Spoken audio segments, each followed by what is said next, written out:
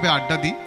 আমরা রাজনীতি নিয়ে আড্ডা দিই, আমরা সিনেমা নিয়ে আড্ডা দিই, আমরা খেলা নিয়ে আড্ডা দিই, আইপিএল, আমরা শেয়ার বাজার নিয়ে আড্ডা দিই। এছাড়া পরনিন্দা পরচর্চা এটা তো আছেই, এটা আমাদের ধর্মের মধ্যেই রয়েছে। কিন্তু এই আড্ডাটা একটা অন্যরকম আড্ডা। এই আড্ডাটা আমরা বলতে পারি বেড়াতে যাওয়ার আড্ডা। আমরা সময় পেলেই সবাই বেরিয়ে পড়ি, বিভিন্ন জায়গায় আমরা ঘুরতে যাই, কাশ্মীরে যাই, আমরা আন্দামান যাই। আজকে আমরা চলে যাব সিকিম। সুখিম লিম্বু ভাষায় এর অর্থ হলো নতুন ঘর।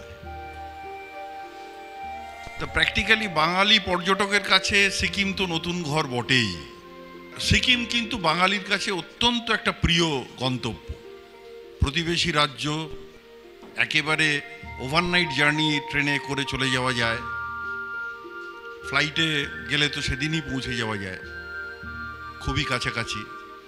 একমাত্র প্যাশন এখন রিটায়ার্ড লাইফে সেটা হচ্ছে বেড়ানো।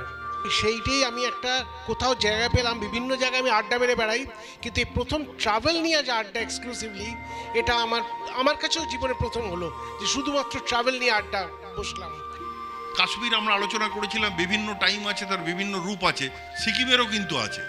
মার্চ থেকে মে এটা কিন্তু একটা ফুলের সময়, রোডোডেনড্রন। এই যে বার্সের দিকটা, সাদা রোডোডেনড্রন, লাল রোডোডেনড্রন, গোলাপি, বিভিন্ন ধরনের ফুলে। তার একটু পরে শুরু হয় ইউমথাংয়ের দিকটা, near about May. Primula, rhododendron ফুলে ছেয়ে থাকে। কিন্তু কাঞ্চনজঙ্ঘা দেখার অভিপ্রায় যদি থাকে তাহলে আমি বলবো অক্টোবরের শেষ এবং নভেম্বর, ডিসেম্বরেরও প্রথম একটা দুটো সপ্তাহ। নভেম্বরকে আপনারা জোর দিতে পারেন, এটা কিন্তু বেস্ট টাইম কাঞ্চনজঙ্ঘা দেখার জন্য। আর বাকি তো বিভিন্ন জায়গা রয়েছে।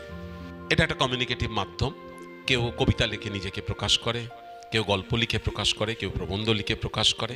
এটা তার প্রকাশের মাধ্যম। যখন দেখলাম যে আমি লিখে বা বলে কিছু করতে পারবো না, কিন্তু কিছু বলতে চাই, তখন ফটোগ্রাফিটাকে হাতিয়ার করলাম।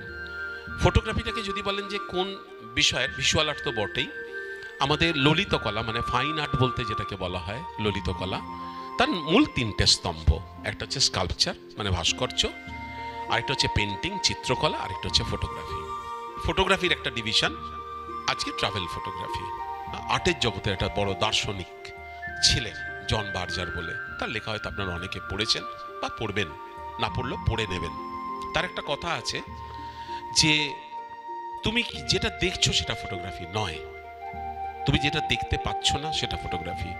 আপনি কাঞ্চনজঙ্ঘা দেখছেন, সবাই দেখছে, ওর মধ্যে প্রচুর আনসিন পার্ট পড়ে রয়েছে। সেটা যদি তুমি বের করতে পারো তাহলে তুমি ফটোগ্রাফার, আর সেখান থেকেও যদি আরো উত্তরণ ঘটে তাহলে তুমি ফটো আর্টিস্ট। যেটা সবাই দেখছে তার বাইরে একটু দেখতে চেষ্টা করবেন। আমি প্রথম যখন পড়েছিলাম আমার খুব বাণী বাণী মনে হয়েছিল, যে কোনো শুনতে খুব ভাল লাগে, বেশ কানটা ভরে থাকে, মনটা ভরে থাকে। এটা কি করা যায়? অবলীলায় করা যায়। যদি কখনো প্রজেকশন হয় আপনাদের দেখাবো, আপনারাই পারেন। এরকম একটা জায়গা খুব না, শুধু একটু সিরিয়াসলি করলেই হলো, ভালোবেসে করলেই হলো। খুব ভালো লেগেছে, এটা আমার প্রথম আসা, এবং সন্দীপন বাবুর সঙ্গে পরিচয় হলো, অতনুবাবুর সঙ্গে পরিচয় হলো, এবং ওনাদের কাছে অনেক কিছু জানতে পারলাম। ফটোগ্রাফি কতগুলো ছোটখাটো ব্যাকরণ আছে, খুব ছোট্ট ব্যাকরণ। গান গাইতে গেলে যেরকম সারেগামা শিখতে হয়, ফটোগ্রাফি করতে গেলে একটু কম্পোজিশন শিখতে হয়। লেন্স বা ক্যামেরা ছবি তোলে না, তোলে এই জায়গাটা মন থেকে মনন, ইন্টেলেক্ট ওখান থেকে, আর কিচ্ছু না। আপনার যদি দেখাটা ক্রমাগত পরিষ্কার হতে থাকে, দেখাটা সত্যি দেখা হয়ে ওঠে, আপনার ছবি ভালো হতে বাধ্য। আর একটু হলে ভালো তো হতোই। আর একটু শুনতে চেয়েছিলাম আমি সন্দীপন বাবুর কথা, অতনুবাবুর কথা, ক্যামেরার কথা। আমারও ক্যামেরা প্রীতি একটু আছে, আর একটু শুনতে পারলে ভালো হতো।